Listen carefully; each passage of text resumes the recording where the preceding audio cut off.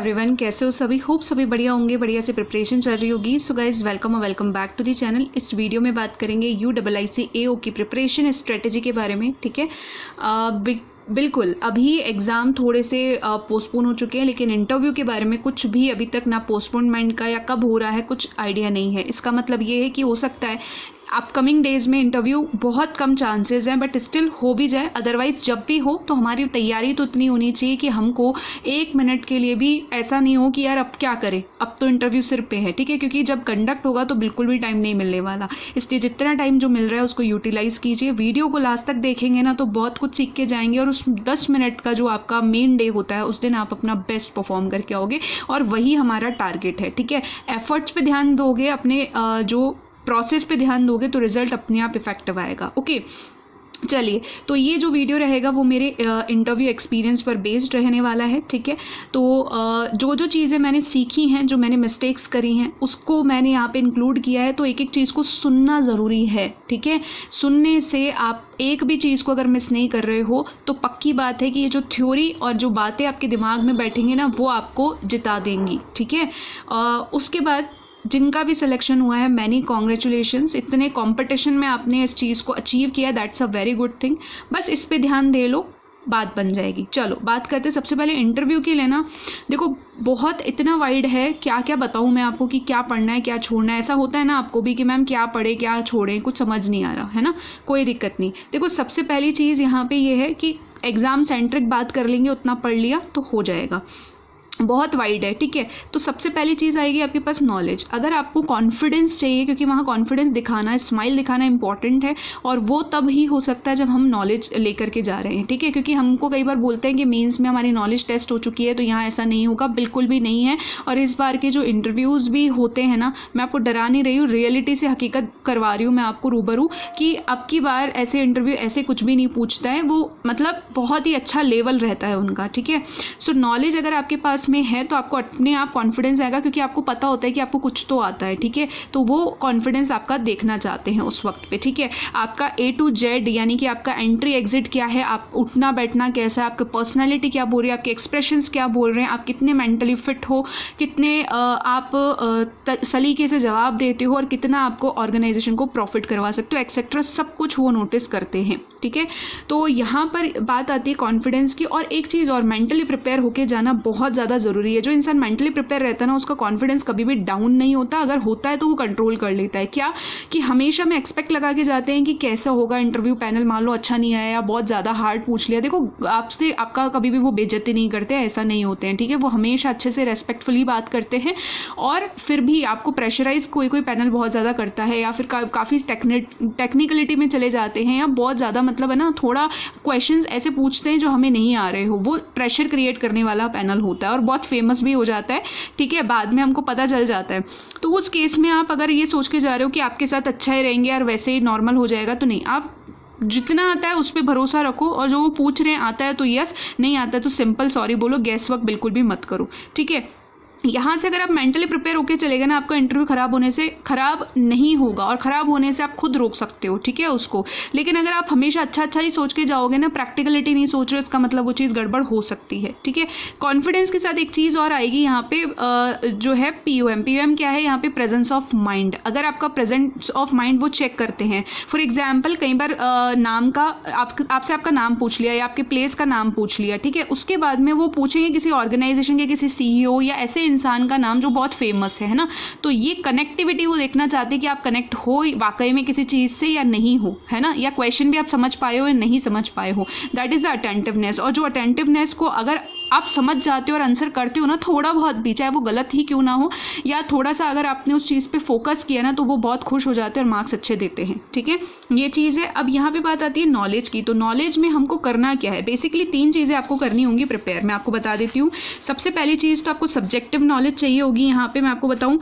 ठीक है, और कॉमर्स स्ट्रीम वाले तो बहुत अच्छे से तैयार होकर जाना, क्योंकि उनसे क्वेश्चंस बहुत ज़्यादा पूछे जाते हैं। लैंग्वेज कैसा रहेगा इंटरव्यू का, वो रहेगा आपका बाइलिंगुअल। बट इंश्योरेंस की बात होती है, अगर आप थोड़ा इंग्लिश में, अगर आपसे क्वेश्चन आ रहा है इंग्लिश में आप बोलते हो या आपकी फ्लुएंसी अच्छी है इंग्लिश के अंदर, अटक नहीं रहे हो, बिल्कुल भी रट्टाफिकेशन नहीं लग रहा है कहीं पर भी, तो वो आपके मतलब इम्प्रेस हो जाते हैं, क्योंकि आपको पता है साउथ साइड में ज़्यादा पोस्टिंग्स वगैरह रहती हैं। बट स्टिल पैन इंडिया अगर कहीं रहता है तो कोई दिक्कत नहीं, आप हिंदी भी बोल सकते हो, जिसमें कंफर्टेबल हो उसमें बोलो, लेकिन थोड़ा सा इंग्लिश का रहता है। अगर आपसे इंग्लिश में कुछ पूछा है तो आप जवाब दो, क्योंकि पैनल में एक मेंबर ऐसा मिलेगा जो साउथ साइड से होगा, ठीक है, ये चीज़ आप ध्यान रखेंगे। हाँ, बात करते हैं इंश्योरेंस अवेयरनेस की, बिल्कुल भी इसको छोड़ के मत जाना। इंश्योरेंस अवेयरनेस कवर करना बहुत ज़रूरी है, जिसमें इसका स्टैटिक पार्ट या कॉन्सेप्ट आता है, बहुत इजी कॉन्सेप्ट है, एक बार बस पढ़ने हैं, आपको समझने हैं, ठीक है। फिर बात करते हैं यूआईसी है क्या चीज़, ठीक है, उसका जॉब रोल के बारे में, और इसके रिगार्डिंग अगर कोई न्यूज़ है करंट में तो वो आपको थोड़ा ध्यान रखनी है।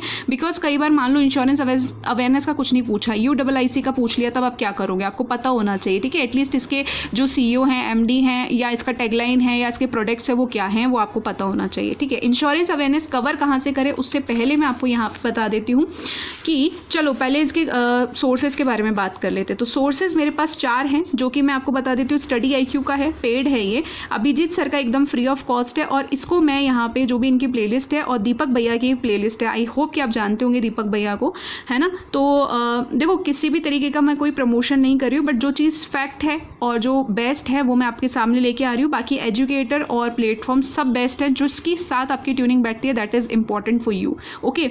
तो मेरे सजेशन में जो अभिजीत सर दीपक भैया की प्लेलिस्ट है वो मैं डाल दूंगी कमेंट सेक्शन में, डिस्क्रिप्शन में और टेलीग्राम में, तो जैसे भी आपको ठीक लगता है वहाँ से आप ज़रूर जुड़ें। और सबसे इंपॉर्टेंट चीज़ कि इंश्योरेंस अवेयरनेस के voice note Hindi and English में मैंने खुद रिवाइज करवा रखे हैं, LIC WO ADO दोनों के लिए, तो टेलीग्राम में आपको ये मिल जाएंगे। आप इनको अगर सुन भी लेते हो तब भी आपका काम बन जाएगा, ओके। और कुछ मटीरियल भी आपको मिल जाएगा टेलीग्राम में, तो अगर आप जुड़े हुए नहीं हो तो जुड़ सकते हो, ठीक है।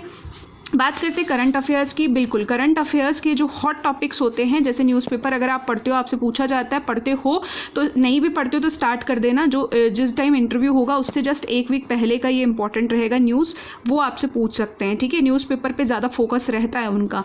अच्छा, बैंकिंग अवेयरनेस आपको कवर करनी होगी। अब स्टैटिक पार्ट आपका यहाँ पे काम आएगा। कुछ टॉपिक्स मैंने लिखे हैं जो रैंडमली पूछे जाते हैं और मोस्टली पूछे जाते हैं, ठीक है, तो उनको ज़रूर प्रिपेयर कर लेना। अच्छा, बैंकिंग अवेयरनेस के कुछ नोट्स और कुछ PDFs, कुछ मटीरियल आपको टेलीग्राम में मिल जाएगा, तो लिंक डिस्क्रिप्शन में, जुड़े हुए नहीं हो तो जुड़ जाना, ठीक है। तो ये 3 चीज़ें आपको इंपॉर्टेंटली करनी है। उसके अलावा थोड़ी सी चीज़ और मैं बता दूं, देखो बैंकिंग अवेयरनेस में आपको सबसे पहली चीज़ तो मॉनेटरी पॉलिसी RBI को अच्छे से तैयार करना, रेशोज पूछे जाते हैं चाहे कोई सी भी स्ट्रीम से हो आप, balance sheet, profit loss, trial balance के बारे में बहुत क्वेश्चन करते हैं, प्रायोरिटी सेक्टर लैंडिंग के बारे में पूछ लेते हैं, NP और रिकवरी उनका फेवरेट टॉपिक होता है, बैंक क्या होता है कई बार वो पूछ लेते हैं, चेक और टाइप्स इनके बारे में पूछते हैं, है ना, तो नेगोशिएबल इंस्ट्रूमेंट्स के बारे में पूछते हैं। तो मोस्ट इंपॉर्टेंटली ये जो मैंने यहाँ पे सर्किल किया हुआ है ना, ये टॉपिक्स हैं, इनको अच्छे से प्रिपेयर करें, ओके।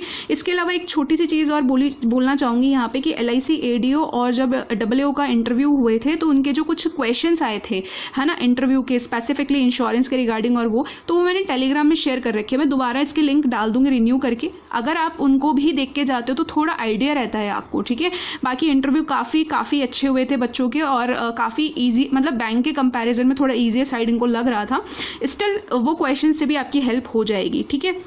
अब अदर्स में मैं क्या बताने वाली हूँ, देखो अगर आप वर्किंग हो तो आपसे आपकी जॉब के बारे में पूछ सकते हैं, और ये भी थोड़ा क्वेश्चन आ सकता है कि मान लो कि आपकी यहाँ पे जॉब लग जाती है तो आप पहली वाली जॉब को छोड़ोगे, मतलब आप स्विच करते जा रहे हो, तो उसका आंसर आपको पता होना चाहिए कि कैसे क्या जॉब रोल के बारे में आपको बताना है, कि आप पहले वाली ऑर्गेनाइजेशन से सेटिस्फाई नहीं हो या क्या हो, और जिस भी ऑर्गेनाइजेशन के लिए आप जा रहे हो इंटरव्यू देने के लिए, तो आपको फोकस होना चाहिए कि उसमें तो आपको जॉब चाहिए ही चाहिए, ठीक है। उसके बाद में बात आ रही है यहाँ पे नॉन वर्किंग वालों से गैप का क्वेश्चन बहुत ज़्यादा पूछते हैं। 2-3 सालों का गैप है तो वो पूछते हैं कि इतने टाइम क्यों लगा, क्या है, तो जो जेन्युइन आंसर है वो दीजिए, ठीक है। TAI का मतलब यहाँ पे क्या है, tell me about yourself. आजकल ऐसा नहीं पूछते हैं, इन पार्ट्स पूछते हैं, जिसमें आपका प्लेस, नाम, फैमिली, बेसिक क्वेश्चंस होते हैं, हॉबी वगैरह के बारे में, स्ट्रेंथ वीकनेस के बारे में।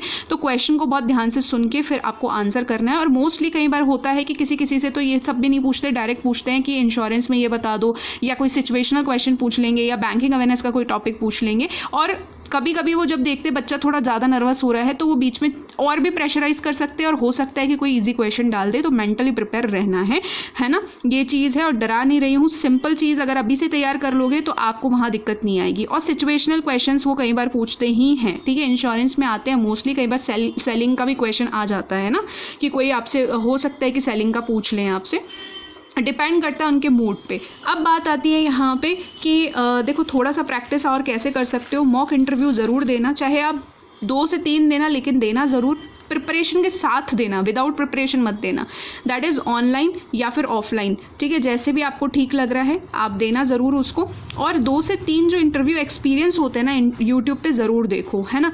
एक बार तो क्या करो, एक दिन तो बैठ जाओ और 2 से 3 वीडियोज़ की लिंक आप सेव करके रख लो, बस। उसके अलावा आपको यूट्यूब पे कुछ सर्च ही नहीं करना है ना, क्योंकि जितने ज़्यादा वीडियोज़ देखोगे उतने ज़्यादा नर्वस और परेशान होते रहोगे, बस कॉन्टेंट बनाते रहोगे, लेकिन प्रिपरेशन के नाम पर ज़ीरो ही होता रहेगा। इसीलिए क्योंकि आंसर आपका खुद का होना चाहिए, ठीक है। तो ये चीज़ मैं आपको बताना चाहती हूँ। इसके अलावा भी मैंने बहुत सारे वीडियोस इंटरव्यूज़ के ऊपर बना रखे हैं मेरे एक्सपीरियंस पे, और बाकी अपने मेंबर्स के एक्सपीरियंसेस पे भी मैंने बना रखे हैं जो ऑलरेडी सेलेक्ट हो चुके हैं, तो उनके लिंक भी आपको डिस्क्रिप्शन में मिल जाएंगे। अगर आप जुड़े हुए नहीं हो तो जुड़ जाइएगा, ठीक है। उनको आप ज़रूर चेक कीजिएगा, और अगर फिर भी कोई डाउट हो तो कमेंट कीजिएगा, as soon as possible I will reply. Hopefully आपको ये वीडियो इन्फॉर्मेटिव लगा होगा, और अगर वीडियो इन्फॉर्मेटिव लगा है तो don't forget to like, share and subscribe for more informative videos. Stay focused and good luck.